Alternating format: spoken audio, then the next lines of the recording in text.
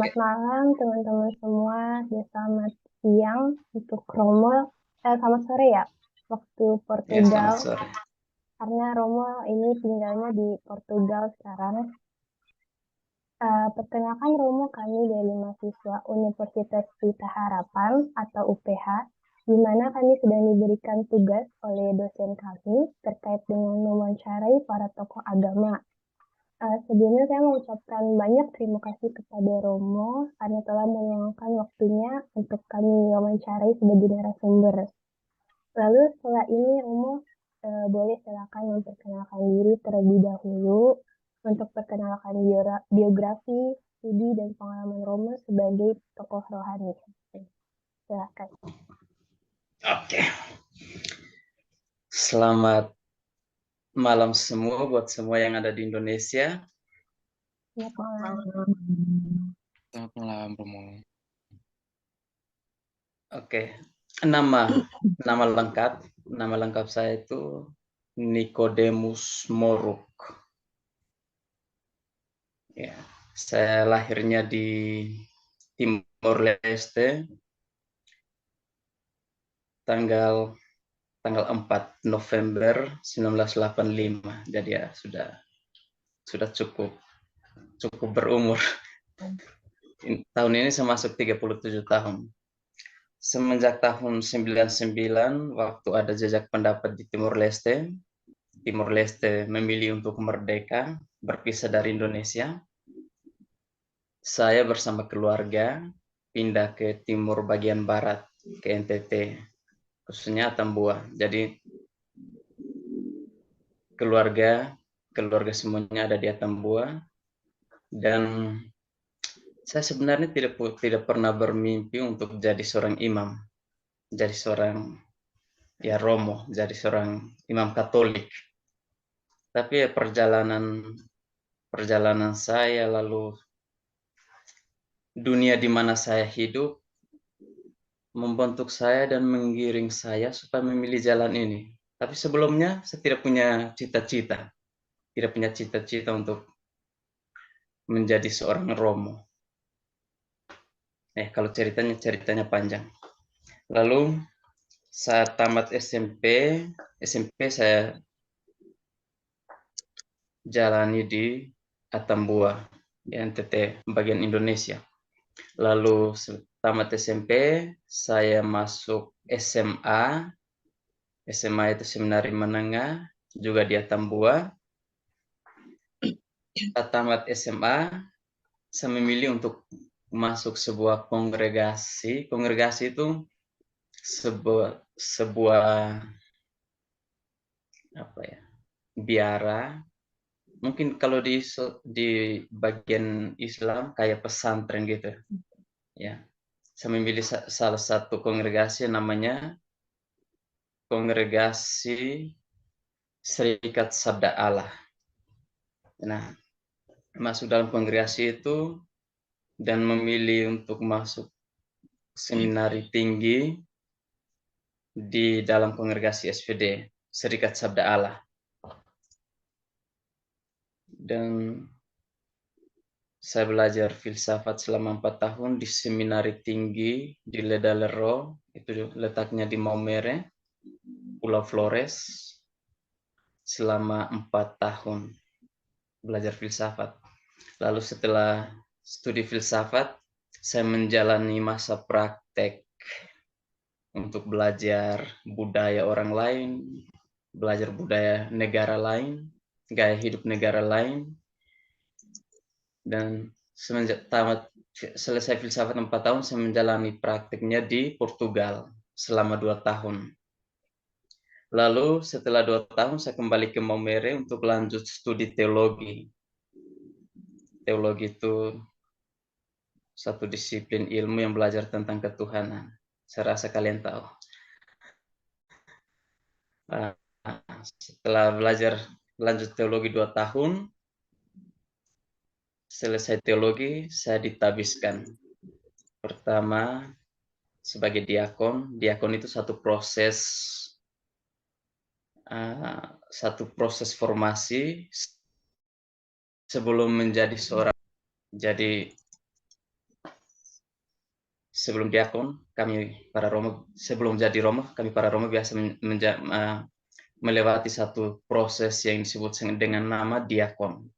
Setelah itu, setelah praktek diakonnya 3 bulan lebih, itu di Flores, di satu kota namanya Larantuka. Lalu kami ditabiskan menjadi Romo. Saya ditabiskan menjadi Romo tahun 2016. Setelah itu tahun 2017 saya kembali ke Portugal dan sekarang bekerja di Portugal sebagai seorang imam Katolik, atau yang di Indonesia lebih dikenal dengan Romo. Romo, pastor, ya sama saja. Kira-kira seperti itulah. Kalau ada yang belum jelas nanti tinggal ditanyakan. Baik, terima kasih Roma. Oke, mungkin kita langsung ke wawancara pertanyaan pertama. Silakan teman-teman kalau ada yang ingin mengajukan pertanyaan, mengapa manusia itu memiliki sebuah agama? Menurut pendapat Romo bagaimana?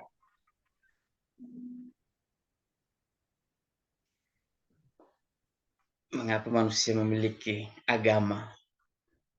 Kalau kita berbicara tentang agama, agama ini sebenarnya kan satu institusi dengan ajaran-ajaran imannya, ajaran-ajaran tentang ketuhanannya, dan masing-masing agama punya ajarannya tersendiri.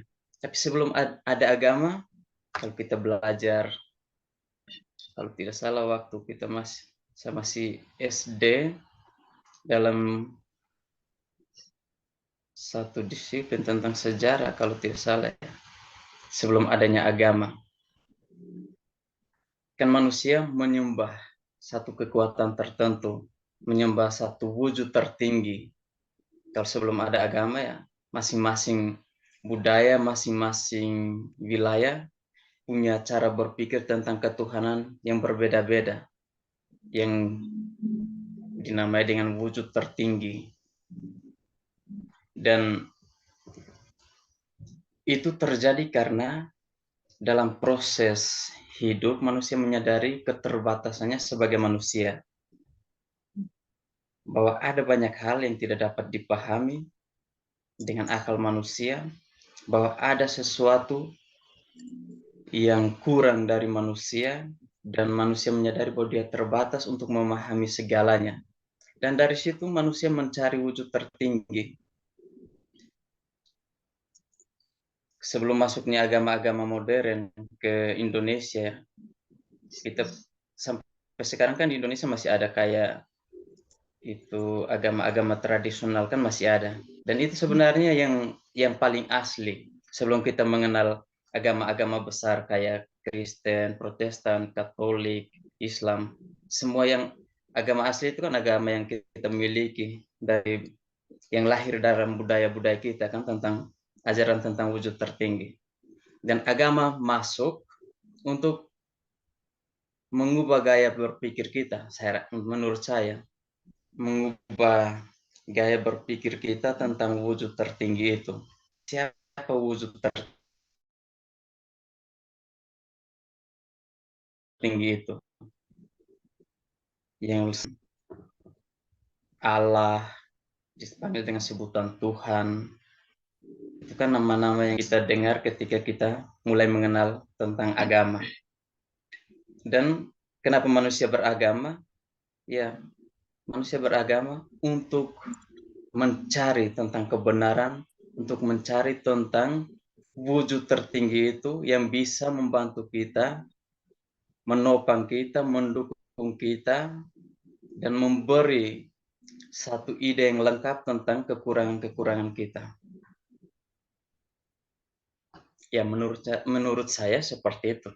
Kalau belajar tentang sejarah, kenapa orang-orang memilih untuk beragama? Ya karena untuk menjawab pencariannya tentang wujud tertinggi, tentang yang ilahi. Baik. Mungkin ada yang masih belum puas tentang jawaban saya, atau apa ya, coba bisa namanya Gimana? kan diskusi ya, Iya. bebas untuk bertanya. Ya jangan terlalu tegang juga sih. Gimana teman-teman semua? Betul, mungkin dari jawaban Romo tadi, itu ada kaitannya dengan pertanyaan yang nomor 2 ya Mbak Afifah ya. Yang apa tujuan dari seseorang beragama atau berkeyakinan. Itu tadi sudah sekaligus dijawab. Jadi mungkin bisa langsung ke pertanyaan ketiga, yaitu mengapa banyak agama di dunia ini. Kamu boleh dibantu dijawab. Terima kasih. Ya, mengapa ada banyak agama? Mhm. Ya agama lahir dari yang pertama ada agama lahir dari satu proses atau apa? Satu proses pewahyuan, ya kan? Satu proses pewahyuan kepada seseorang, lalu seseorang itu merasa atau menghidupi pewahyuan yang dia terima, dan dia mulai mengajarkan itu, mewartakan itu kepada orang lain, supaya orang lain juga mengetahui tentang ajaran agama atau ajaran yang benar tentang ketuhanan. Dan pewahyuan itu ya kepada setiap orang itu berbeda-beda ya. Makanya ketika seorang nabi menerima pewahyuan itu, dia mulai mewartakan. Dan cara pewartanya itu pasti berbeda-beda. Ada ajaran, itu yang kita kenal dalam istilah ilmu teologi tentang ajaran ketuhanan. Itu pasti berbeda antara satu nabi yang lain, satu dengan nabi yang lainnya. Jadi, saya rasa karena adanya perbedaan pewahyuan dan ajaran-ajaran teologi tentang ketuhanan, itu membuat kenapa ada banyak agama. Kalau ada satu agama saja juga ya pasti kayaknya monoton ya. Kayaknya monoton. Dan kalau ada satu agama saja juga pasti tidak ada proses untuk belajar atau melihat atau bercermin tentang agama yang kita anut. Baik juga ada, saya rasa baik ada banyak agama supaya kita saling belajar. Dan saling belajar, saling melengkapi. Ya kalau ditanya kenapa ada banyak agama, Terima kasih, Romo. karena proses pewahyuan yang berbeda-beda, proses pengajaran yang berbeda-beda. Kayak di Islam kan Nabi Muhammad, dia mendapat wahyu dengan cara yang berbeda. Dan dia mengajarkan ajaran yang dia terima. Dan ajaran itu diterima oleh sekelompok orang dan membentuk satu kelompok agama. Ke dalam Kristen, kami punya Yesus atau yang kalian kenal dengan Isa Al-Masih. Nah, dia punya cara mengajar yang berbeda dan pengajaran itu diterima oleh kelompok orang. Dan adanya proses pewahyuan yang berbeda-beda inilah yang membentuk satu kumpulan yang kita kenal atau kita sebut dengan agama. Jadi begitulah prosesnya. Jadi kenapa kita tanya kenapa banyak agama? Ya, kita bisa lihat dari adanya ajaran yang berbeda-beda, pewahyuan yang berbeda-beda. Mungkin menjawab pertanyaan kalian. Sangat menjawab, Romo. Sangat menjawab. Atau ya saya juga kan butuh dengar juga, siapa tahu ada yang punya pendapat yang berbeda. Silakan teman-teman kalau dia ya. berpendapat. Kalau menurut saya sih juga termasuk dari pewahyuan juga, dan juga mungkin penafsiran setiap umat terhadap pewahyuan tersebut mungkin berbeda-beda ya Romo, sehingga ciptakan perbedaan juga dalam berkeyakinan. Itu juga termasuk nggak sih Romo? Menurut Romo bagaimana? Soal tafsiran. Kalau soal tafsiran, ya namanya tafsiran kita harus punya sesuatu rujukan untuk bisa ditafsir ya. Soalnya kalau tafsiran yang berbeda-beda, dia bisa bisa menghasilkan ajaran yang berbeda-beda, dan kalau tidak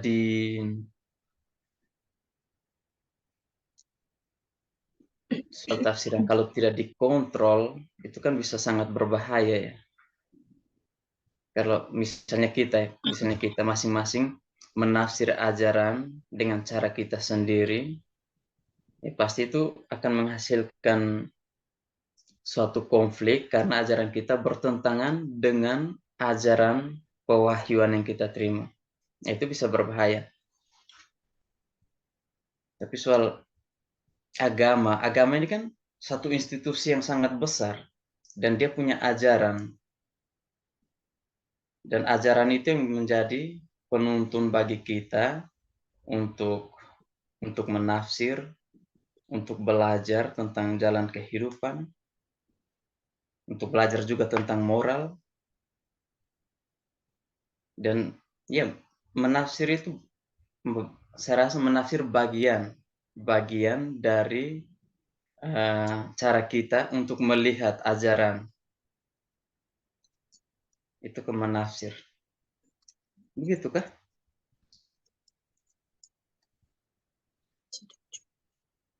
Betul, Romo. Terima kasih atas jawabannya. Terima kasih. Selanjutnya, ada yang ingin coba bertanya lagi? Ya, selamat malam Romo waktu Indonesia. Saya perkenalkan, nama saya Uus Romo. Saya ingin menanya untuk mengapa manusia perlu mengembangkan sikap toleransi antar umat beragama. Mungkin boleh dibantu dijawab Romo. Terima kasih. Oke, soal toleransi. Ya, kita kembali ke jawaban sebelumnya bahwa setiap agama memiliki ajaran tentang ketuhanan yang berbeda-beda.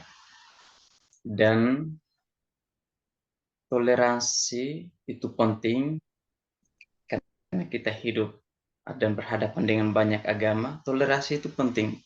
Penting karena dengan toleransi kita belajar untuk saling memahami, belajar untuk membuka diri, menerima keberadaan agama lain, dan memberi kebebasan kepada agama itu untuk menjalankan kegiatan keagamaan. Kalau tanpa toleransi, itu sangat berbahaya karena akan ada perang. Dan kita lihat saja sejarah sebelum Abraham ya. Sebelum Abraham dipanggil untuk meninggalkan daerah kelahirannya, masing-masing orang kan mau menunjukkan bahwa Tuhannya yang paling benar, Tuhannya yang paling kuat. Karena masing-masing orang menyembah Tuhan yang berbeda-beda. Sampai Tuhan memanggil Abraham keluar, karena Abraham waktu itu ya, dia menyembah Allah yang benar.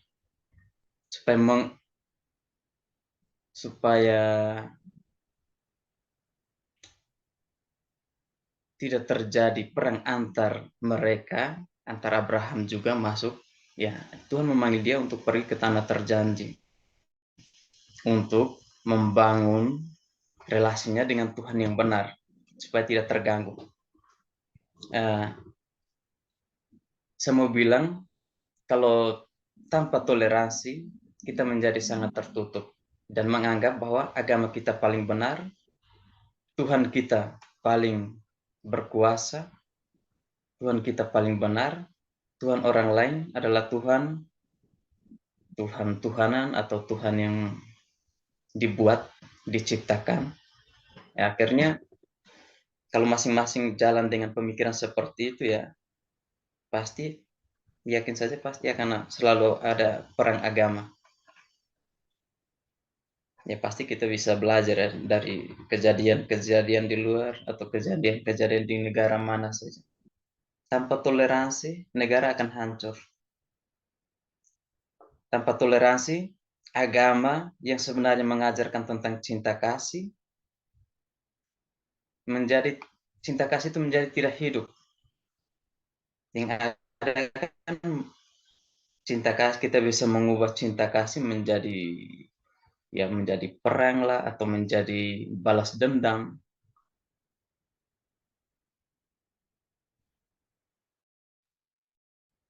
Jadi ya kalau kita yang sadar tentang pentingnya toleransi, mungkin tugas kita ya seperti membangun toleransi antar umat beragama supaya orang jangan sampai membunuh atas nama Tuhan. Padahal Tuhan, kalau dia itu Tuhan, dia tidak perlu dibela. Sebenarnya Tuhan itu tidak perlu dibela. Karena Tuhan, dia berkuasa, dia mengajarkan kita untuk hidup berdamai. Jadi, kadang kita yang akhirnya ya meletakkan Tuhan dalam pemikiran kita yang terbatas dan kita merasa kita harus membela Tuhan. Ya kan? Atau bagaimana? Iya, sudah cukup jelas sih Romo. Terima kasih untuk jawabannya Romo. Terima Memang kita kasih. sebagai umat beragama ya harus memberikan sikap toleransi karena memang di dunia ini kan ada berbagai macam agama, jadi kita harus toleransi dan juga saling menghargai. Seperti itu sih Romo. Terima kasih. Ya, tapi sulit juga ya toleransi. Kadang kalau orang Hmm. terlalu mendalam bukan terlalu mendalam ya, terlalu radikal terhadap agamanya dan merasa harus membela agamanya, ya pasti sulit juga untuk mengaktualisasikan toleransi. Tapi ya mau tidak mau ya kita harus tetap berusaha untuk membangun toleransi supaya ada kenyamanan, ada keamanan, ada hidup berdampingan secara damai. Ya, saya rasa itu lebih bagus.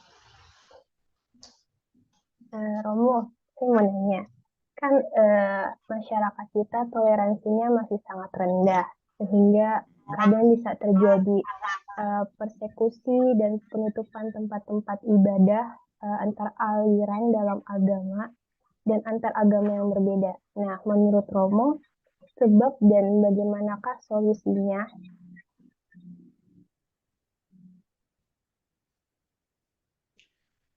Ya, solusinya saya rasa yang soal kenapa harus ada penutupan tempat ibadah atau masalah-masalah sejenis, solusinya yang paling baik itu adalah kembali kepada seorang pemimpin, para pemimpin, entah pemimpin dalam dunia kepemerintahan atau pemimpin dalam dunia keagamaan, pemimpin yang saya rasa harus banyak membuat sosialisasi, mengajarkan tentang toleransi kepada para jemaatnya.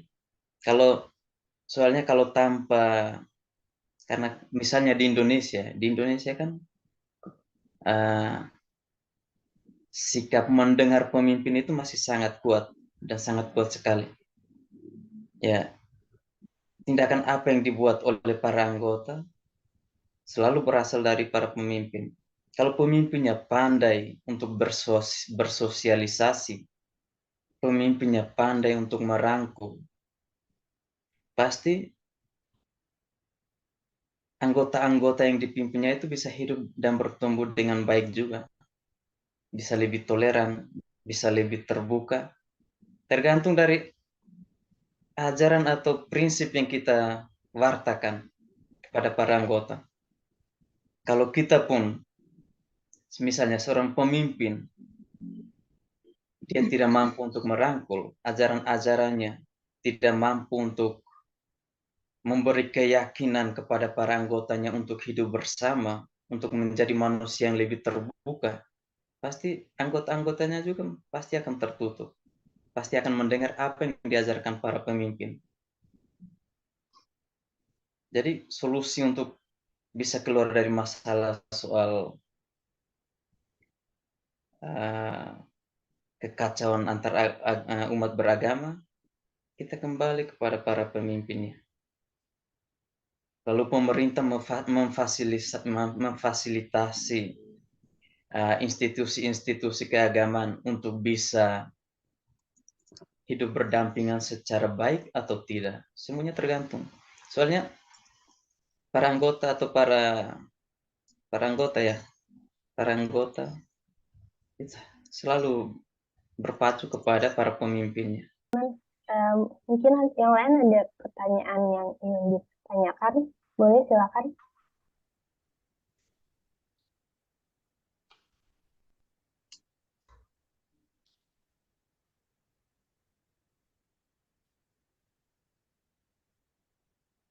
Silakan kalau ada yang ingin mau bertanya lagi.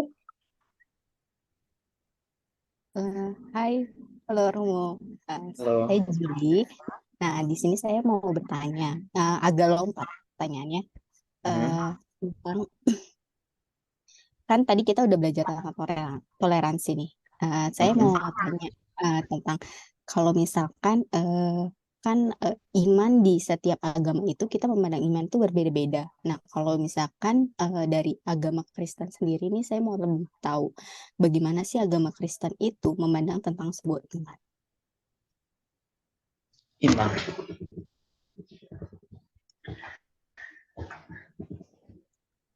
Iman logikanya seperti ini. Iman itu seperti kunci di tangan kita untuk membuka pintu, untuk membuka jalan, bagaimana kita melihat atau memahami tentang atau masuk ke dalam ajaran tentang Tuhan, atau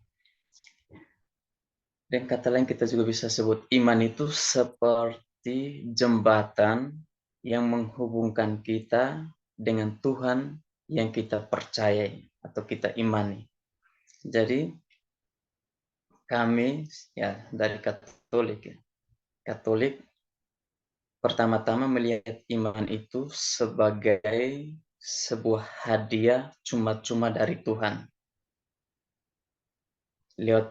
Lewat Roh Kudus, Dia memberikan hadiah yang sangat luar biasa ini kepada umatnya untuk bisa masuk dan memahami tentang Tuhan. Dan iman itu sebenarnya juga sebagai alat untuk membantu kita memahami apa yang akal budi kita tidak bisa jelaskan. Itu tentang iman. Jadi ketika karena akal budi kitanya terbatas ya, tidak bisa menjelaskan tentang semua hal, banyak peristiwa yang kita alami setiap hari di luar kontrol kita, di luar kekuatan kita, dan kadang akal budi kehilangan kata-kata untuk mendefinisikan. Jadi iman itu dia adalah satu sarana yang membuat kita untuk memiliki harapan, membuat kita untuk memahami apa yang akal budi tidak bisa jelaskan kepada kita. Jadi pertama-tama kami melihat iman itu sebagai hadiah cuma-cuma dari Tuhan. Dan dengan iman itu kami bisa masuk untuk melihat dunia ilahi itu seperti apa.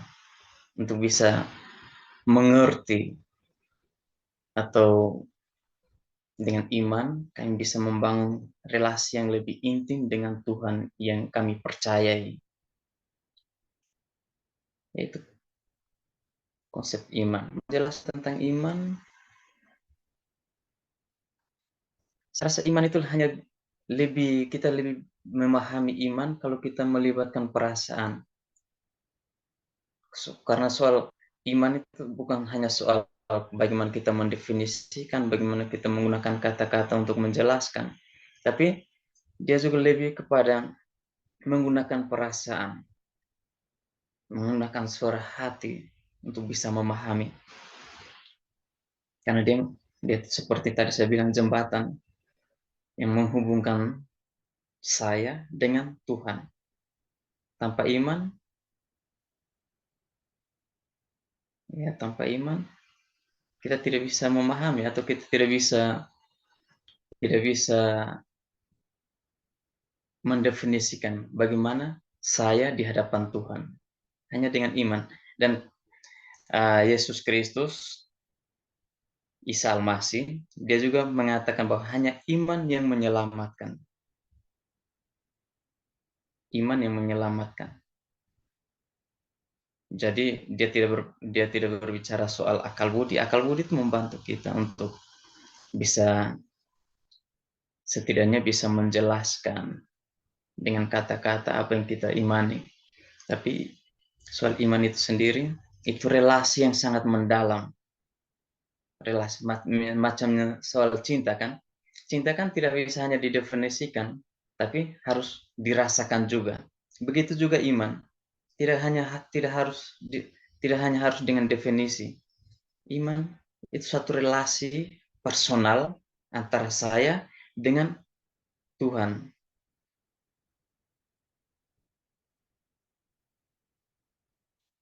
Jadi ya, supaya jaga keseimbangan, saya pikir dalam memahami tentang iman harus dengan akal budi, juga dengan hati, dengan rasa sebenarnya. Gimana ya? Penjelasannya? Kalau kalian bagaimana dalam ajaran Muslim soal apa konsep iman? Kurang lebih juga sama sih untuk memandang sama imannya kan, itu. Nah, mungkin melanjutkan pertanyaan lagi nih, Romo mau bertanya, kalau misalkan tentang Tuhan sekarang, kalau misalkan dalam agama Kristen tuh memandang keberadaan Tuhan tuh bagaimana sih, Romo? Keberadaan Tuhan sulit ya. Keberadaan Tuhan ya, di dalam semua agama pasti ajaran yang pasti itu bahwa Tuhan adalah Dia yang menciptakan segalanya. Dia yang membuat segala sesuatu ada. Dia yang lebih kuat dari manusia. Dia yang berada dalam suatu dunia ilahi. Yaitu soal keberadaan Tuhan. Tapi Tuhan itu bukan Tuhan yang sangat jauh dari kita. Karena Tuhan itu mengasihi kita, maka Tuhan itu juga sangat dekat dengan kita. Dia ada bersama kita, berjuang bersama kita dalam setiap tantangan, dalam setiap kejadian yang kita alami.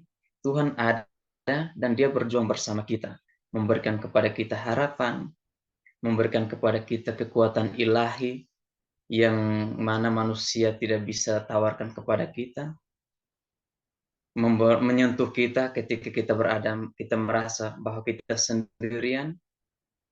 Tuhan tetap ada bersama kita dan mendukung kita, karena Dia ada dan berjuang bersama kita.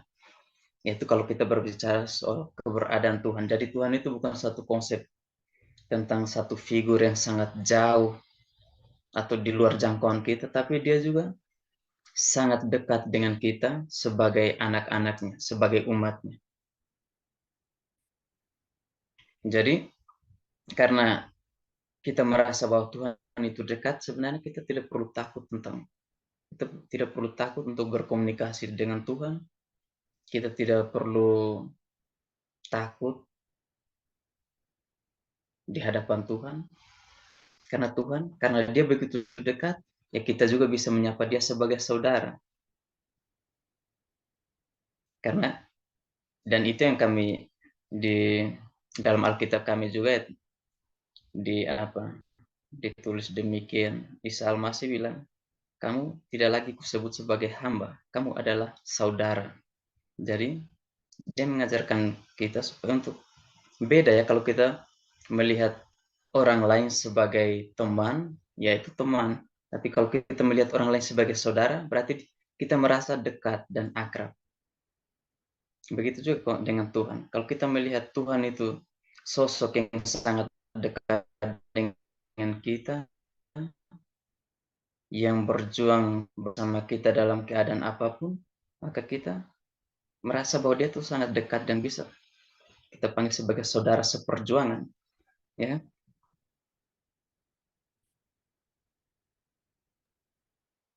Ya, kira-kira begitu. Oke. Penjelasannya cukup jelas banget sih, Romo. Mungkin dari aku itu aja sih. Terima kasih. Terima kasih. Oke, yang lain ada lagi yang menanyakan? Yang belum, silakan. Oh, kalau aku Rina mau tanya, untuk di agama Kristen ini kitab sucinya itu apa dan bagaimana terjadinya kitab suci? Oke, kalau kami ya Kristen umumnya, Kristen entah Kristen Protestan atau Katolik, kitab suci kami itu Alkitab. Alkitab. Alkitab itu sebenarnya kumpulan dari beberapa buku, ya, itu namanya Alkitab. Proses sampai tertulisnya Alkitab pun dulu sebelum Alkitab tertulis, ya ajaran itu secara lisan dari mulut ke mulut. Tetapi supaya ajaran itu bisa diabadikan, ya orang harus tulis. Dan itu muncullah para penulis, para nabi-nabi yang akan mulai menulis. Lalu macam di Alkitab ya, kita kenal dengan ada banyak. Misalnya Injil Yohanes, Matius, Markus, itu adalah mereka-mereka yang akhirnya menulis. Dan proses menulisnya, kalau dalam Kristen itu ya percaya bahwa para penulis Alkitab, mereka diinspirasi oleh Roh Kudus. Karena kalau kita baca ya, kalau hanya tulisan manusia saja, ya pasti isinya pasti berbeda, ajarannya pasti berbeda. Tapi karena dia diilhami oleh Roh Kudus, maka ada pesan-pesan ilahi di dalamnya. Dan pesan-pesan ilahi itu ya jelas bukan pikiran manusia, tapi itu pewahyu terinspirasi oleh Roh Kudus, mereka menulis. Jadi Alkitab di dalam Katolik, dalam Kristen itu bukan sebuah buku yang langsung turun dari surga dan jadi dalam bentuk buku, itu tidak. Tapi dia ditulis dengan inspirasi Roh Kudus.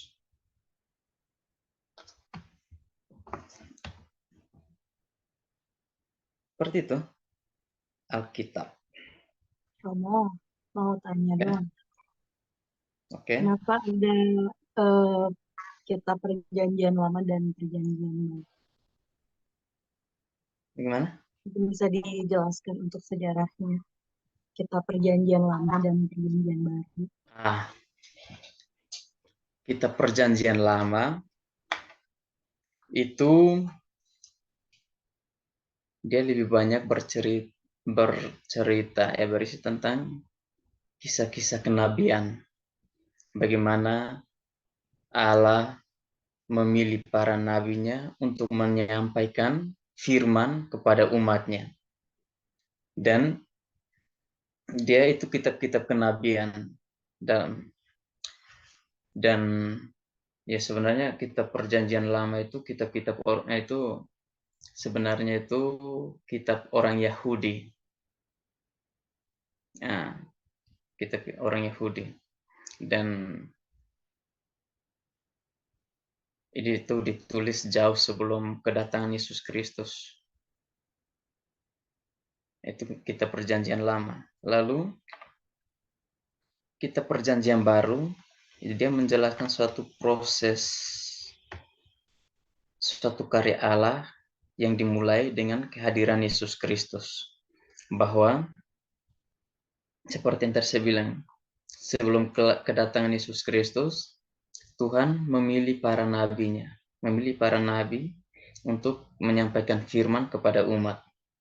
Tetapi sampai saat satu waktu tertentu, Tuhan mengutus putranya, yaitu Yesus Kristus, untuk datang sendiri ke dunia dan menunjukkan karya Allah Bapa kepada umat. Dan di situ proses satu kayak pembaharuan, satu proses awal di mana muncul ya sebenarnya kita perjanjian lama perjanjian baru itu untuk memisahkan periode itu, periode masa kenabian dan masuk periode baru di mana Allah mengutus putranya sendiri datang ke dunia untuk mewartakan karya Allah, untuk mewartakan karya tentang keselamatan. Makanya dipisahkan itu perjanjian lama dan perjanjian baru. Perjanjian baru itu mulai masa di mana masa dihitung dimulai dari kehadiran Kristus. Dan sebenarnya kenapa kami menggabungkan perjanjian lama dan perjanjian baru? Karena di dalam Katolik itu kami yakin bahwa karya Allah atau rencana Allah itu sudah ada jauh sebelumnya. Jadi dalam rencana Allah itu sudah mulai dari kisah perjanjian lama itu dan terwujud dalam diri Yesus Kristus.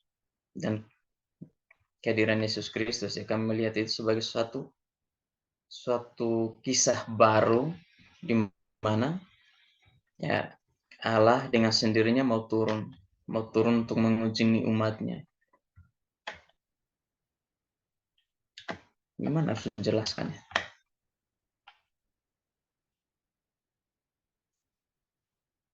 Bisa paham atau tidak? Soalnya Paham kok Romo. bisa ya? Iya.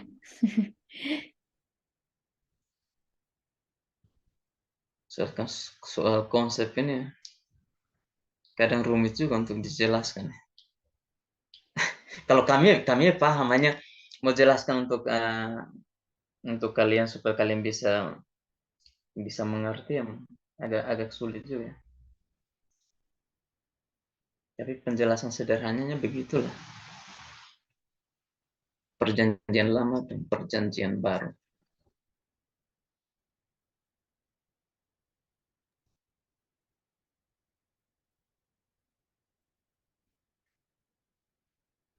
Masih di mute kan awak?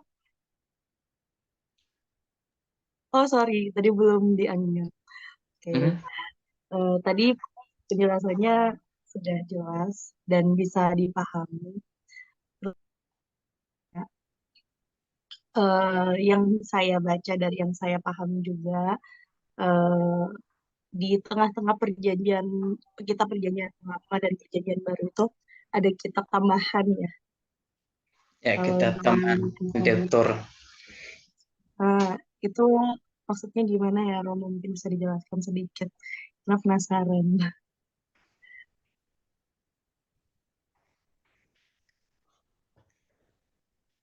Kitab tambahan ini yang membuat perbedaan antara Alkitab Protestan sama Alkitabnya orang Katolik.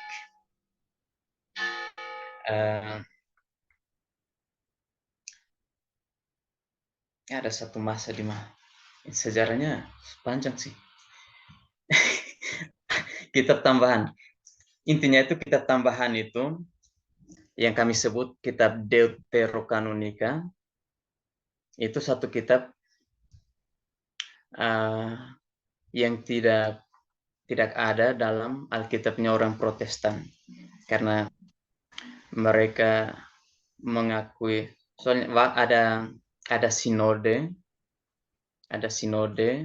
yang menetapkan buku apa yang benar-benar merupakan buku suci atau Alkitab yang benar-benar ditulis berdasarkan inspirasi dari Roh Kudus. Karena sebenarnya ada banyak sekali ya, tulisan-tulisan yang berbicara tentang karya Tuhan, berbicara tentang pesan-pesan Tuhan.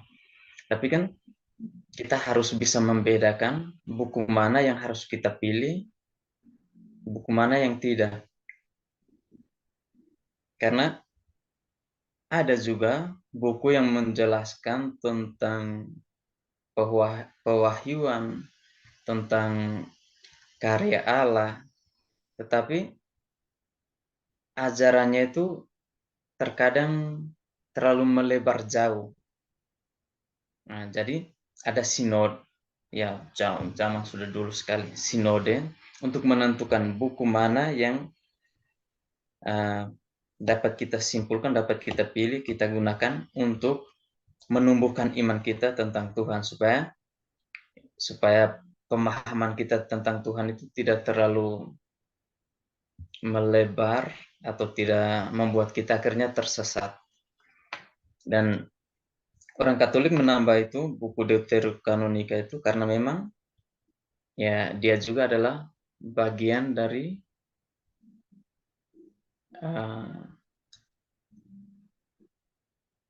buku yang ditulis berdasarkan inspirasi Roh Kudus yang mengantar umat untuk memahami tentang rencana Allah, karena dia itu sejalan dengan rencana Allah dalam perjanjian lama. Ya. Tapi orang Protestan tidak memasukkan itu karena saya tidak tahu, punya pertimbangan lain.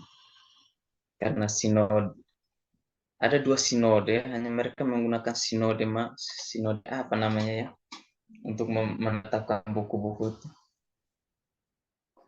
Saya harus cari lagi karena sudah lama tidak belajar tentang itu.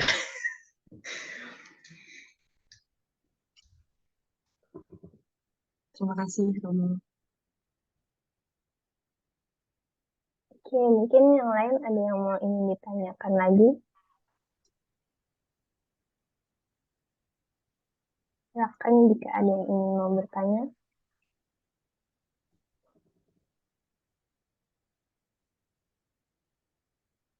Atau sudah? Mungkin ke pertanyaan terakhir kali ya, Romo.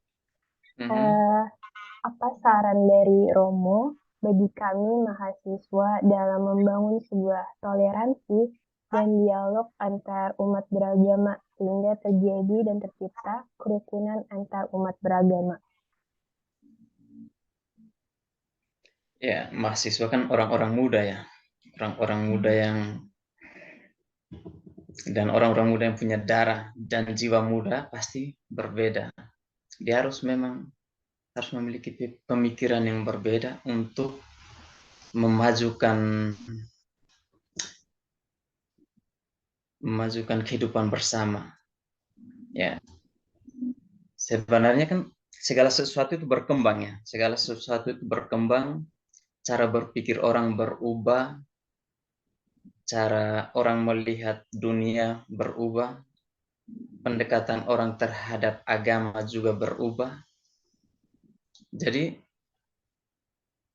ya sebagai mahasiswa kita tidak terbatas hanya untuk menuntut ilmu ya. Tidak hanya terbatas ilmu.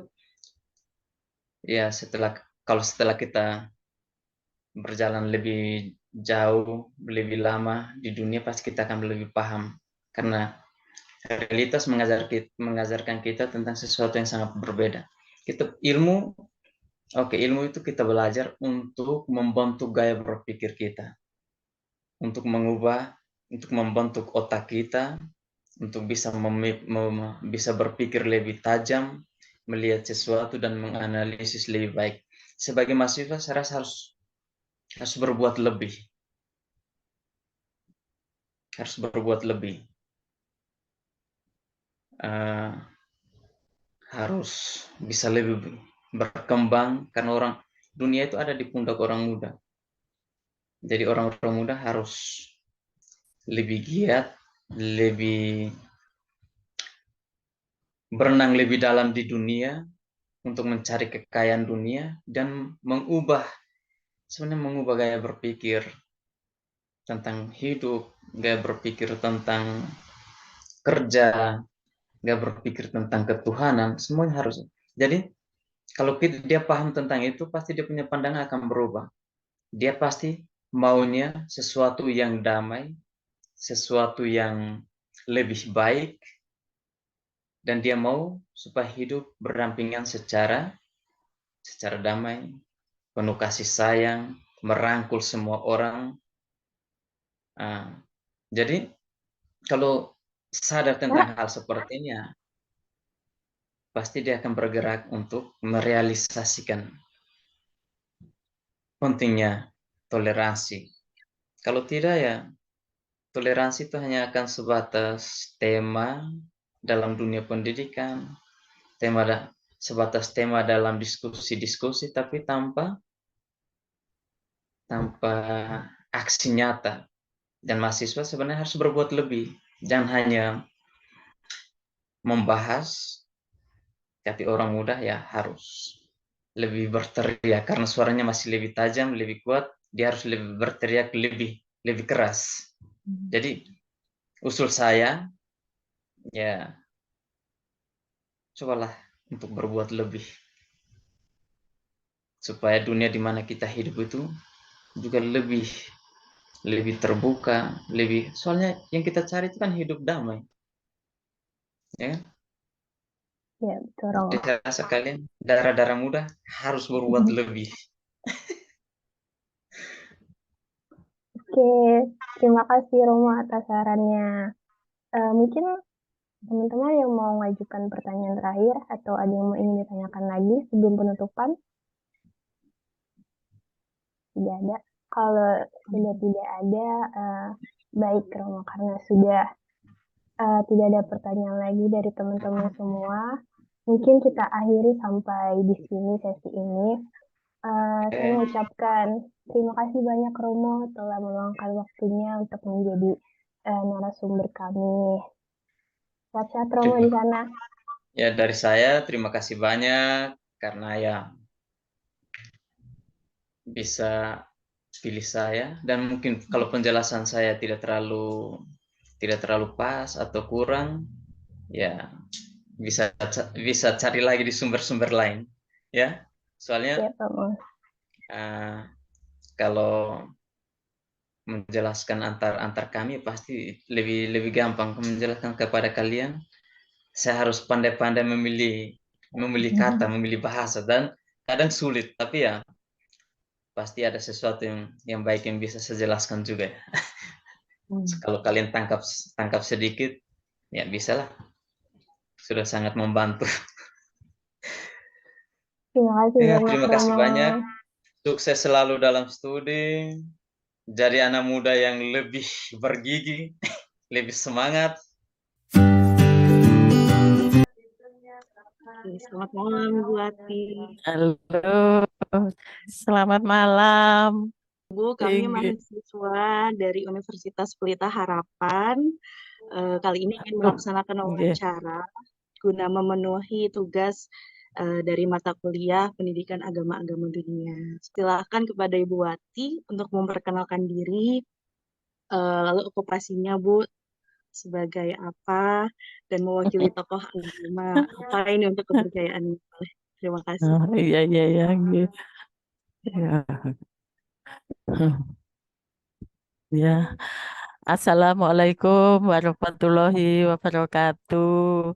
Selamat malam adik-adik.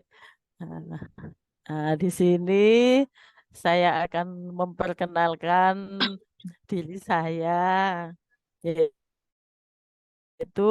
nama saya Bu Resmiwati. Nah, alamat saya bertempat tinggal di Desa Pejejer, Kecamatan Gondang, Kabupaten Mojokerto. Nah, kebetulan saya bekerja di instansi SMP Negeri 1 Gondang. Di situ status saya 50%, 50%, Mbak. Artinya Gimana tuh, Bu? 50% itu begini. Saya itu sebenarnya ijazah saya itu guru agama Hindu. Nah, berhubung saya dulu sekolah di Blitar, berhubung pengangkatan untuk guru agama itu sangat sulit. Saya eh, honorer itu mulai tahun 91 sa- sampai tahun 2007 itu saya belum belum belum diangkat. Nah, karena kan agama Hindu itu kan minor ya Mbak ya, di sini minoritas, tapi ada gitu. Seperti di SMP 1 Gondang itu ada 11 atau 12 siswa, di SMP Negeri 3 Gondang itu satu kecamatan juga itu ada beberapa gitu loh Mbak. Akhirnya kalau saya mengajarkan mencari jam hari Jumat ya Mbak, biasanya saya kumpulkan jadi satu bertempat di SMP Negeri 1 Gondang. Nah, berhubung lama saya nggak diangkat, kan kalau mengajar agama Hindu kan hanya hari Jumat saja. Nah, selebihnya kan jam kerjanya 7 hari, 6 hari ya, Senin sampai Sabtu. Kalau saya masuk di SMP 1 Gondang hanya mengajar agama, jamnya juga di selesai jam jam utama ya. Biasanya dikasih jam ke-7 itu jam terakhir. Nah, itu aja. Masa saya 6 lima hari, 6 hari hanya itu saja. Karena kebijakan dari kepala sekolah, saya dikasih itu tambahan kerja yaitu di kantornya, Mbak. Jadi saya di administrasi. Nah, karena berjalannya waktu, ya ternyata pada tahun 2007 itu ada apa itu pendataan silo database Mbak. Nah itu saya juga mendaftarkan dua, yang satu guru agama Hindu dan yang satu di kantornya. Ternyata yang diangkat dulu itu database saya urutannya itu yang di kantornya. Jadi saya pegawai administrasi di SMP 1 Gondang itu PN saya, gaji yang saya terima sekarang ini yang bisa untuk kebutuhan keluarga itu. Nah, yang sampingannya yang guru agama Hindu itu tetap saya jalankan. Bahkan karena ada sekolah-sekolah yang ada siswanya, jadi kadang saya dipanggil kepala sekolah bersedia apa tidak. Nah, untuk berapa tahun ini kebetulan anak saya juga di SMA 1 Gondang, jadi saya diberi SK untuk mengajar di SMA 1 Gondang juga di agama Hindu. Begitu. Kebetulan anak saya juga sekolah di situ dan sekarang sudah kuliah di Jogja juga. Mohon maaf ya, Mbak ya. Ini tadi anak saya itu minta itu ingin mengikuti gitu ya saya kasih gitu. Anak saya laki-laki, Mbak. Iya, mudah-mudahan katanya ingin mengikuti gitu. Anak saya kuliah di Unrio semester 6 ini di Sleman, Yogyakarta. Ya itu Mbak, sekilas perkenalan saya. Ya kurang kurang lengkap ya Mbak ya. Saya Enggak, udah cukup. mempunyai anak dua, yang satu laki-laki itu tadi yang kuliah itu, yang nomor dua SMA Gondang kelas 1. Kebetulan juga jadi murid saya itu. Begitu, Mbak Baiklah. Nawa. Terima kasih Bu Wati atas penjelasannya yang singkat tapi jelas. Oke, Iya. kita langsung mulai ke wawancaranya ya, Ibu Wati ya. Dari Oke, siapa mungkin teman-teman monggo. belum mungkin? Boleh di-unmute.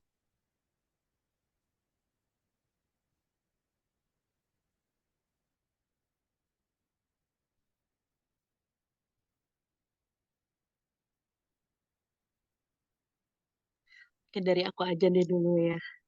Ibu Wati, Iya, di tokoh agama Ibu, di agama Ibu, iya, di agama Hindu, itu iya. siapa sih Bu tokoh agamanya atau kalau misalnya di Islam tuh kayak nabinya itu. Lalu sejarahnya seperti apa? Seperti itu. Oh, gitu ya Mbak ya. Begini Mbak ya, di agama Hindu itu terus terang aja apa tidak mengenal nabi ya Mbak ya. Nah, yang tokoh agama yang untuk di agama Hindu itu adalah resi Mbak, resi atau begawan. Resi atau begawan yang menerima wahyu suci atau kitab suci agama Hindu itulah adalah namanya kan kitab suci Weda. Nah, itu yang menerima kitab suci Weda itu yang dinamakan adalah resi Abhyasa. Yang kebetulan itu yang menyebarkan agama Hindu masuk ke Indonesia itu adalah Resi Abhyasa tersebut, Mbak. Nah, perjalanannya di dalam Weda ditulis perjalanannya itu mulai dari India, terus terang agama kami mulai berkembang yaitu di India, Mbak. Jadi Begawan Abhyasa itu dikatakan di dalam agama kami dikatakan hebat karena mulai dari India masuk ke Indonesia itu mengarungi lautan, ya lautan sampai masuk ke Indonesia dengan gigihnya dia menyebarkan agama Hindu ke Indonesia itu dan juga termasuk penerima wahyu suci. Kalau di agama kami itu Weda atau kitab suci itu diturunkan melalui para maharsi, para begawan yang suci dengan kemampuan pendengaran dan intuisi yang ada di pikiran gitu loh Mbak. Jadi ah, sabda-sabda itu diterima dengan kemampuan daya pikirnya. Kalau orang dulu kan nggak sama dengan orang sekarang. Orang dulu itu dikatakan sakti-sakti ya Mbak ya. Ya kemampuannya melebihi dari manusia biasa. Ya. Nah, dengan proses-proses zaman ke zaman itu baru murid-muridnya Begawan Abhyasa itu yang mempunyai kemampuan untuk menulis ke dalam buku atau berbentuk kitab suci itu Mbak. Nah, berarti tokoh yang dihormati dan selalu diadakan apa ya Mbak kalau di agama kita itu upacara yatnya itu yang di rasa syukur kita kepada para maharesi, para wiku, para guru, para pendeta itu ada suatu upacara atau ritualnya itu untuk melakukan persembahan suci itu. So, semisal itu seperti selamatan itu loh Mbak, selamatan. Oh, seperti selamatan itu ada yang dikhususkan untuk para maharsi itu dengan suatu misal dengan mengaturkan suatu Banten. Banten itu kalau mbak-mbak ini semua pernah datang ke Bali, mungkin itu yang ada tempatnya janur, ada buah-buahan, ada uangnya. Nah, itu ada khusus hari tertentu itu untuk mengaturkan bakti bakti atau terima kasih kepada tokoh agama itu atau begawan itu, Mbak. Begitu dia di agama kami tentang itu tadi tokoh Mebanten ya Bu ya dalam Hindu. namanya. Iya. Gimana Mbak Nawa? Ibu, Mebanten. Oh iya, Inggih, Mebanten. Kalau orang Hindu mau berangkat ke pura, Mebanten dulu. Rasa syukur kita kepada Tuhan atau Ide Sang Hyang Widiwasa tidak hanya ucapan saja, tapi dengan bukti gitu. Karena Hindu identik dengan simbol, Mbak. Makanya apa-apa itu dengan simbol. Apa ya? Simbol seperti kita umat Hindu itu kalau bersembahyang ke pura itu kan kalau ada yang pernah datang ke Bali itu ada patung ya, ada pohon yang dipakai jare itu semua adalah simbol gitu. Ada maksud dan tujuannya, ada artinya gitu loh, Mbak. Begitu Mbak Nawa. Bagaimana jawaban saya? Jelas Bu. Cuma ada satu lagi Bu yang ingin Ya. saya tanyakan. Kalau tadi kan Ibu bilangnya resi Abiyasa tadi ya. Biasa. Nah, kalau untuk 3 dewa utamanya itu yang Trimurti. Ya, ya Mbak, akan saya jelaskan. Begini, memang di agama Hindu itu terus terang aja, tetap Tuhan itu satu, Mbak. Tidak ada Tuhan yang kedua, tidak ada. Tapi di dalam ajaran kami itu ada yang dinamakan dewa, 3 dewa yang namanya disebut Trimurti, yaitu yang artinya 3 sinar suci dari Tuhan atau 3 manifestasi dari Tuhan. Kekuatannya yaitu mencipta, melindungi, dan mempralina. Nah, di sini 3 kekuatan itu atau sinar suci dari Sang Hyang Widi itu disebut Dewa Brahma, Dewa Wisnu, dan Dewa Siwa. Begini Mbak penjelasannya. Nah, kekuatan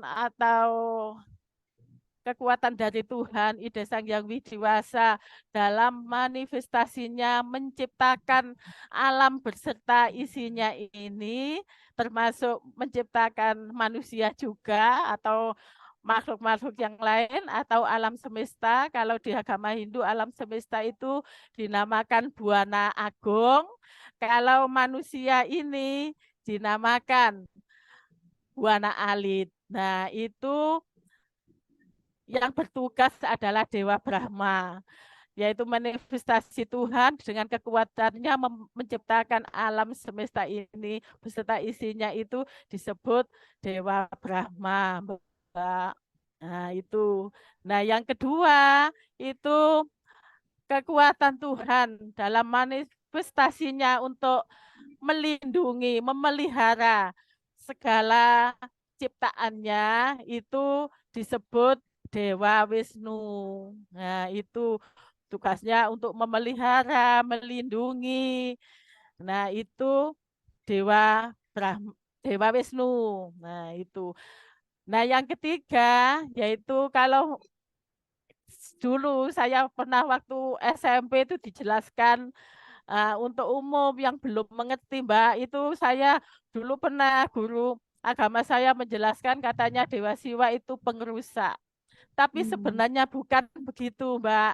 Nah, kalau Tuhan itu mempunyai kekuatan mencipta, yaitu sebagai Brahma, Dewa Brahma, melindungi, memelihara sebagai Dewa Wisnu, dan yang ketiga adalah memeralina. Nah, memeralina di sini artinya mengembalikan atau kembali kepada asalnya. Kalau segala ciptaannya itu adalah Tuhan yang menciptakan, akan diambil lagi kembali. Nah, yang bertugas untuk mengambil itu adalah Dewa Siwa. Makanya di dalam doa-doa kami itu menyebutkan, di dalam doa sembahyang kami itu menyebutkan Dewa Brahma, juga Dewa Wisnu, juga Dewa Siwa, begitu.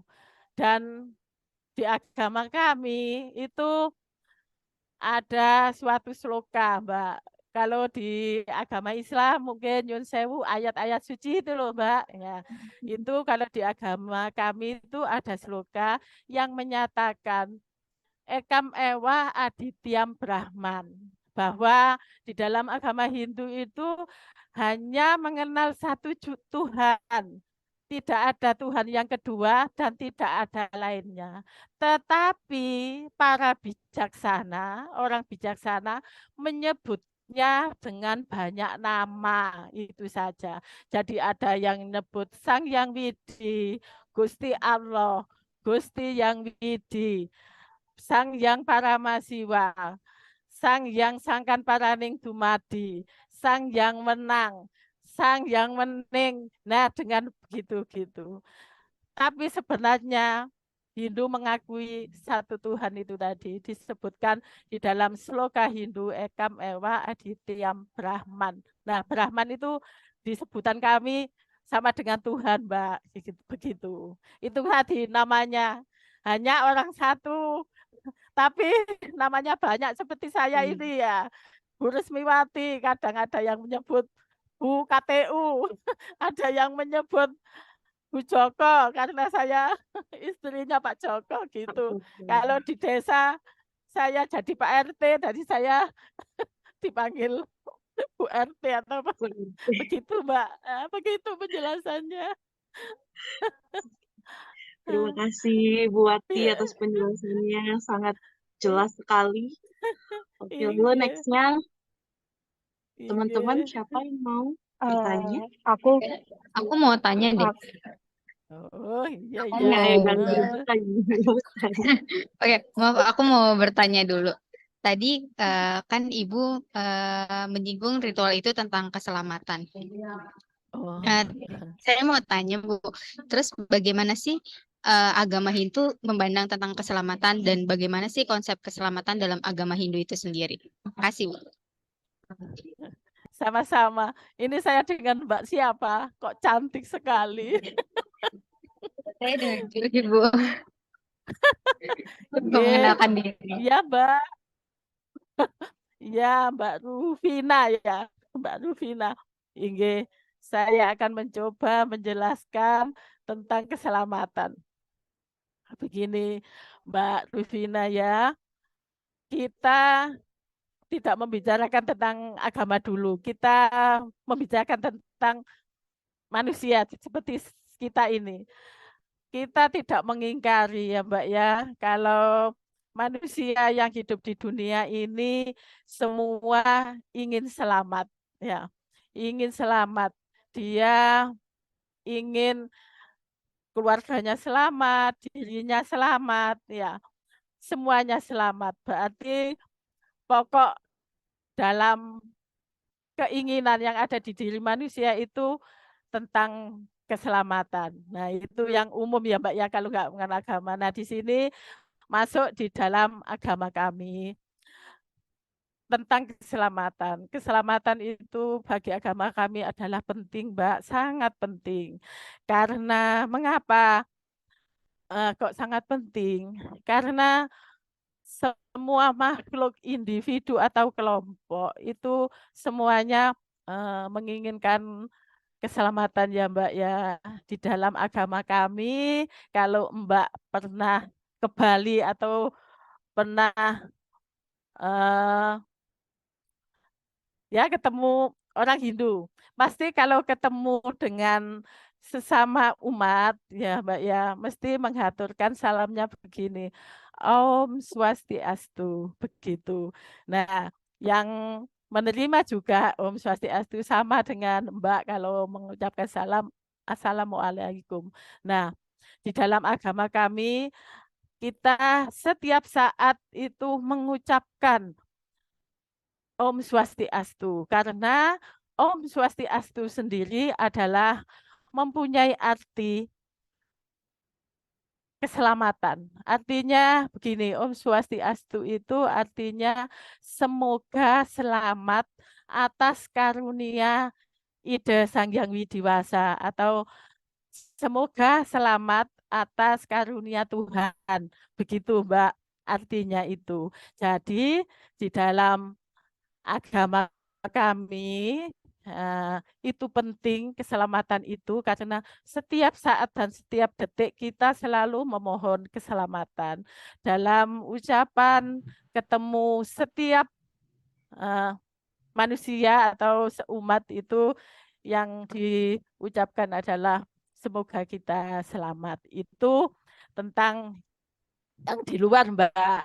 Tapi keselamatan itu juga ada yang lebih dalam, yang lebih artinya yang lebih apa ya, yang lebih luas atau menjurus ya Mbak ya. Itu begini, di dalam agama kami tentang keselamatan itu adalah yang dikatakan pelepasan. Artinya pelepasan itu apa itu?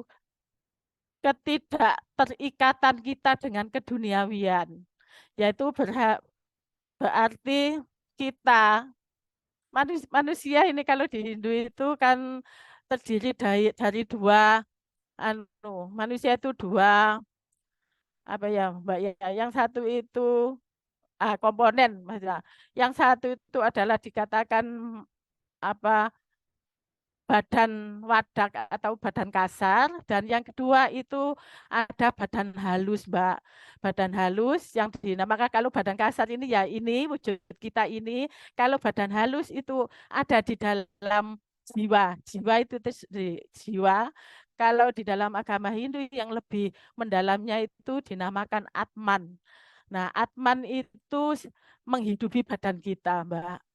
Nah, kalau Atman itu sudah berpisah dengan badan, mencapai kembali ke Tuhan, itu dinamakan keselamatan. Gitu. Berarti keselamatan itu sendiri bebasnya sang jiwa ini dari keterikatan duniawi. Jadi kembali kepada Tuhan dengan sudah itu Mbak, istilahnya dosa-dosanya itu tidak terlalu banyak. Jadi bisa mencapai kepada Tuhan. Begitu. Karena di agama kami itu selain ada surga dan neraka, itu ada yang lebih tinggi, yaitu tadi keselamatan yang dinamakan muksa. Muksa itu bersatunya Atman dengan Sang Pencipta itu tadi. Jadi kembali ke asalnya gitu loh Mbak. Maksudnya begitu tentang keselamatan, konsep keselamatan di dalam agama Hindu. Jadi manusia setelah meninggal itu atmannya kembali kepada Tuhan itu, tapi dengan beban yang tidak terlalu banyak gitu. Jadi bisa menunggal ke Tuhan, kembali ke Tuhan. Tapi kalau jiwa itu penuh dengan dosa, itu akan kembali lagi ke dunia ini. Begitu di Hindu ajarannya. Yang dinamakan penitisan atau punarbawa. Jadi ada gitu proses gitu. Kalau sudah kembali dengan istilahnya tidak begitu antara benar dan salah itu lebih besar benarnya gitu, lebih besar sucinya, dia akan kembali mencapai moksa, mencapai kebebasan abadi, Mbak, yang dinamakan keselamatan itu. Begitu, Mbak. Oke, Gimana ya? penjelasannya cukup jelas sih Bu dari konsep keselamatan dari agama ini. Cukup jelas banget penjelasannya. Terima Oh, kasih gitu Bu. ya, Mbak. Terima kasih. Lanjut, next-nya siapa? Boleh izin bertanya, Ibu? Inge, Perkenalkan silakan nama saya Mbak. Prabawanti, Ibu. Oh, Mbak Prabawanti, Prabawanti, betul. Saya ingin bertanya, Bu. Jadi, kalau di Islam mungkin kita tempat sucinya itu ada Ka'bah, terus yaitu Baitullah, ada Masjid Nabawi. Di agama Hindu bagaimana, Ibu? Apakah ada tempat suci bagi agama Hindu seperti di agama kami gitu, Bu? Iya, Mbak Praba. Mbak Praba gitu aja. Ya, di sini kami akan menjelaskan tentang tempat suci. Tempat suci. Nah, di agama Hindu itu tempat sucinya adalah dinamakan pura. Pura itu berarti tempat suci atau tempat umat Hindu melakukan persembahyangan. Itu selain ada di rumah masing-masing, tentunya umat Hindu juga mempunyai itu, tapi yang dinamakan kamar suci itu. Nah, kalau secara umum, Mbak, di Hindu itu ada pura. Nah, pura itu menurut di Weda itu ada dua, Mbak, dua fungsinya. Itu yang satu itu dinamakan pura yang sifatnya umum, yaitu pura jagat namanya. Kalau yang umum kan di Bali, karena Bali yang banyak ya Mbak ya, agama Hindu yang banyak itu di Bali, yaitu dinamakan pura jagat. Nah, pura jagat di sini fungsinya untuk melakukan persembahyangan siapapun umat Hindu, siapapun diperkenankan sembahyang yang dinamakan pura jagat itu. Di mana saja.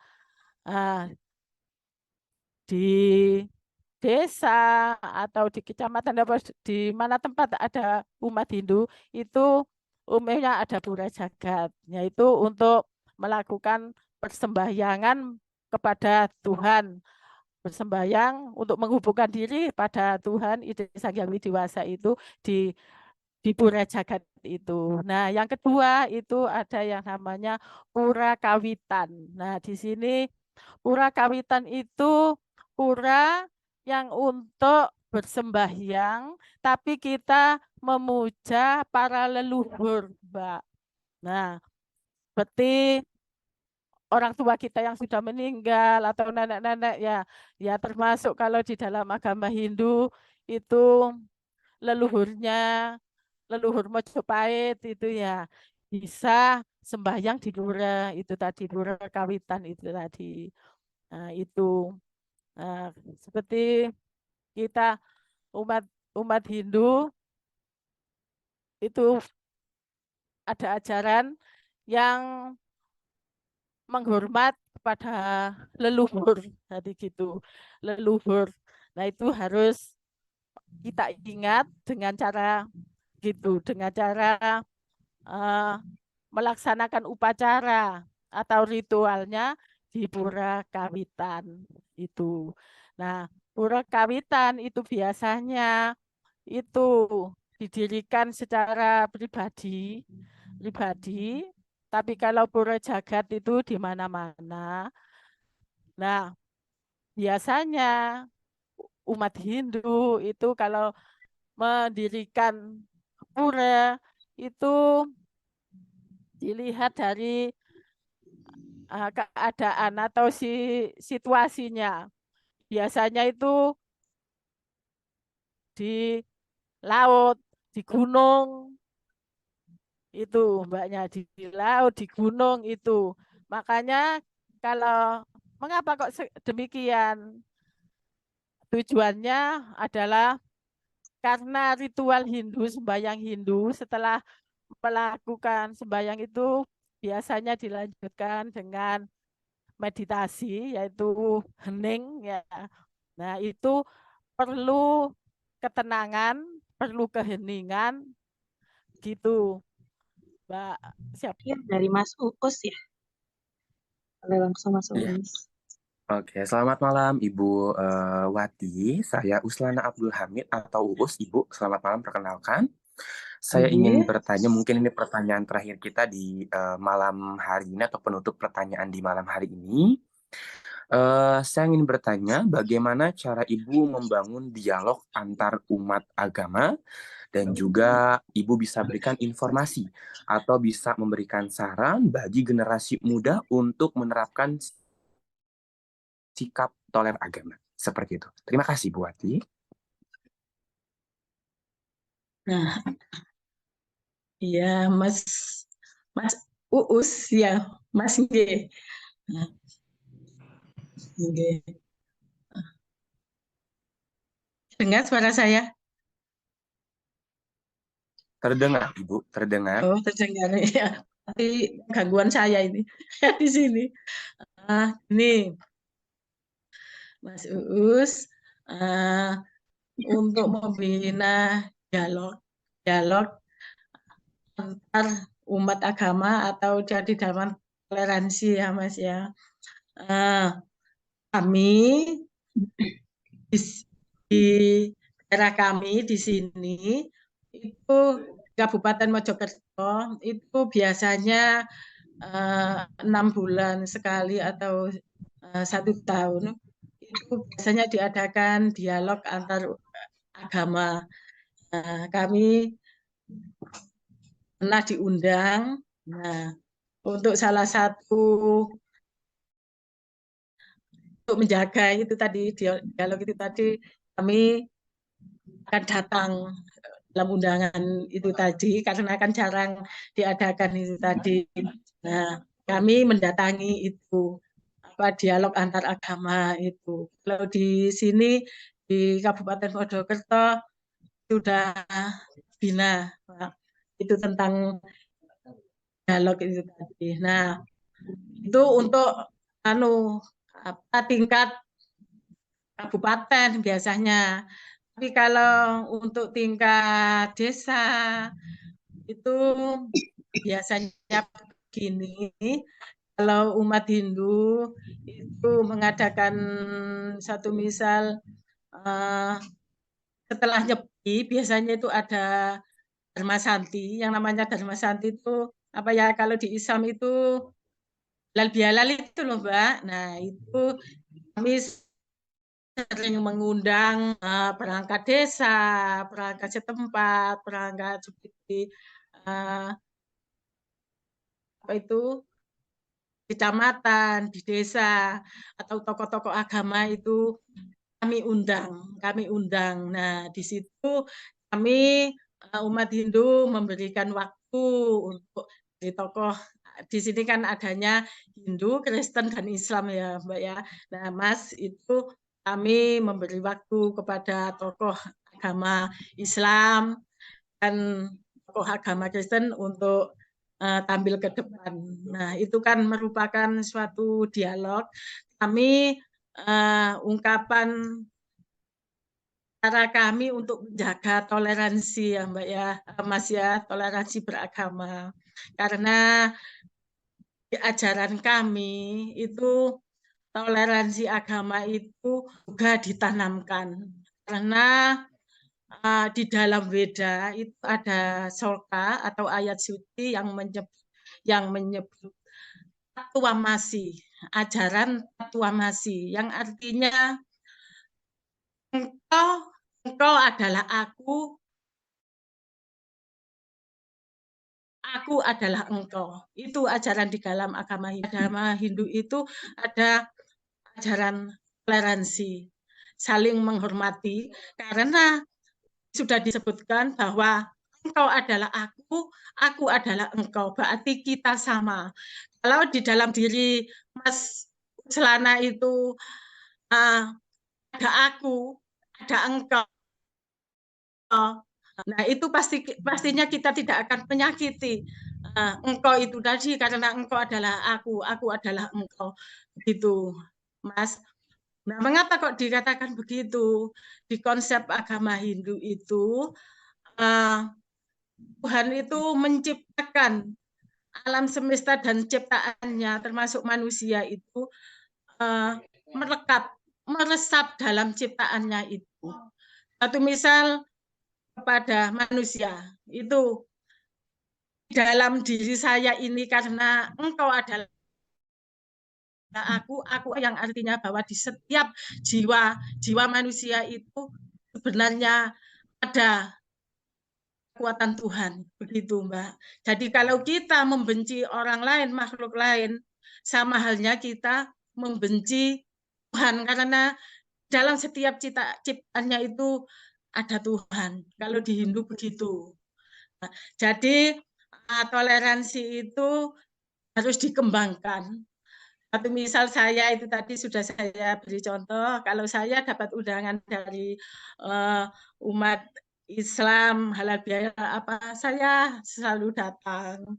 Ya, saya juga akan dengan teman, dengan tetangga, itu saling berbagi, yaitu saling berbagi, mengucapkan Idul Fitri, mengucapkan selamat menjalankan ibadah puasa, selamat menjalankan ibadah haji, itu sudah kami lakukan. Bahkan saya bawa ke SMA, saya bawa ke SMP, saya bawa ke SD, karena saya minim Mbak di Kabupaten Mojokerto itu hanya satu, tinggal guru satu saya sendiri, yang lainnya sudah pensiun semua.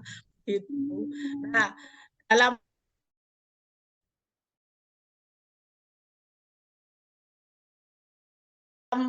keadaan untuk mengamalkan ajaran saya, ilmu saya yang dari saya sekolah dulu, tetap saya amalkan, saya jalankan dengan saya membagi waktu, membagi tenaga, membagi pikiran saya, supaya saya bisa nanti bisa mencapai Tuhan dalam jalan mengamalkan ajaran saya. Itu Mas Ulana di Hindu juga penuh dengan ajaran toleransi, dan untuk mengembangkan itu berangkat dari diri kita masing-masing, dari diri kita mau menerima kebenaran orang lain, mau menerima kekurangan, dan tidak ego, kita meminimaliskan perasaan ego. Nah, sangka buruk pada orang lain, ajaran lain adalah ajaran kami. Itu tadi masih itu tadi engkau Mbak Nawa adalah saya udah Mbak Nawa, itu ajaran kami di Hindu. Mas Ulana begitu, bagaimana jawaban saya? Ya, terima kasih Bu Wati. Jawabannya sudah cukup jelas. Kita sebagai umat beragama juga memang harus sangat bersikap toleransi yang besar juga ya Bu ya. Dan terutama bagi kita generasi muda tentunya seperti itu Ibu. Terima kasih Bu Wati, sudah jelas ya. Yes, sama-sama Mas Ulana. Uslana Ibu Wati. Oh, Uslananya, maaf ya. Oh, Uslana. Iya, tidak apa-apa Ibu.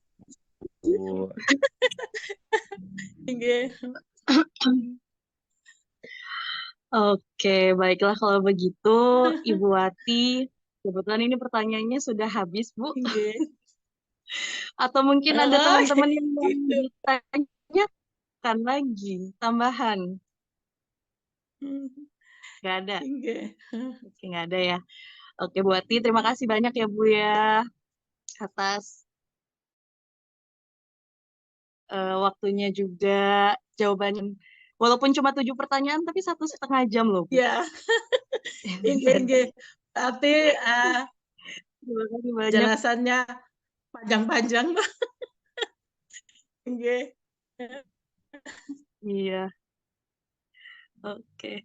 Ibu juga, kami juga mohon maaf, Bu, apabila selama sesi wawancara tadi sempat ada kata-kata yang kurang berkenan mungkin, atau dengan pertanyaan-pertanyaannya yang terlalu sensitif mungkin, seperti itu. Mohon dimaafkan. Oh iya, Mbak Nawa, saya juga mengucapkan terima kasih yang sebesar-besarnya karena Mbak Nawa sudah berkenan menganggap atau mengajak saya untuk berdialog tentang seputar agama, begitu. Nah, saya juga mohon maaf bila dalam penjelasan saya atau tutur kata saya ada yang kurang berkenan atau kurang jelas, saya mohon maaf ya Mbak. Nah, saya juga mohon maaf pada Mas Ulana, Abdul, Mbak Afifah, Mbak Julianti, Mas Rian, Mbak Rufina, mungkin Mbak Nawa sendiri ya Mbak ya. Terima kasih. Mas Nara juga terima kasih Mas sudah meluangkan waktunya juga untuk join. Saya juga mohon maaf Mungkin ya, dari Mbak. Mas Nara ada tambahan saran-saran, kan kita sama-sama sebagai mahasiswa nih Mas gitu. Sekarang Mas Nara di mana, di Jogja ya? Tadi kata Iya. Ibu. Iya Mbak. Saya di Universitas Trisakti di Jakarta. Oh. Ada saran mungkin? Pesan. Sebelumnya saya tanya ya Mbak, teman-teman di sini tuh semester berapa ya? Kita baru semester 1 ya.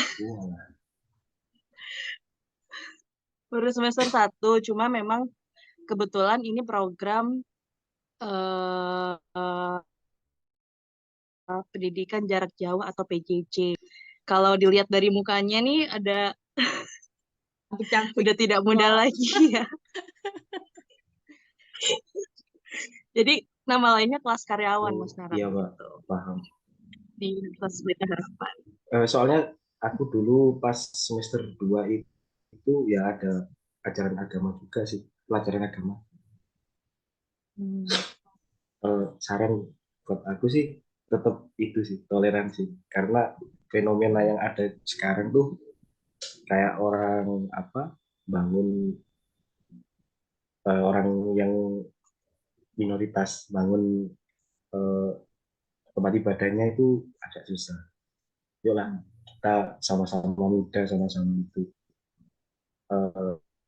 Memang perbedaan ini kan dari Tuhan kan. Kita nggak tahu kita dilahirkan di posisi yang bagaimana. Paling tidak toleransi nomor 1 lah. Dalam Hindu sebenarnya toleransi itu ada sloka yang artinya satu dunia ini adalah saudara kandung. Nah, ya pada pernyataan itu aku sendiri jujur memandang semua orang tuh ya sama aja. Dalam artian kita toleransi itu paling nomor 1. Tuh, apalagi kita hidup heterogen banget, ya kan? Ada yang latar belakangnya agamanya ini itu, yang kita hargai semua lah. Pokoknya itu sih kalau dari saya.